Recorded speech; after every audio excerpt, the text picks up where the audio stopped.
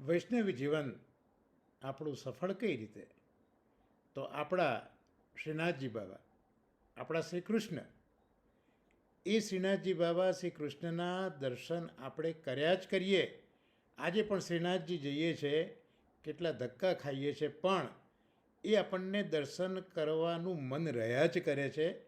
તો આવી રીતે આપણા શ્રીનાથજી બાબા, આપણા કૃષ્ણ, એમનું જે સુંદર સ્વરૂપ છે એને જોયા જ કરીએ. આપણું મન બીજી કોઈ જગ્યાએ ખેંચાય નહીં, માત્ર કૃષ્ણની અંદર જ આપણું મન ખેંચાઈ જાય.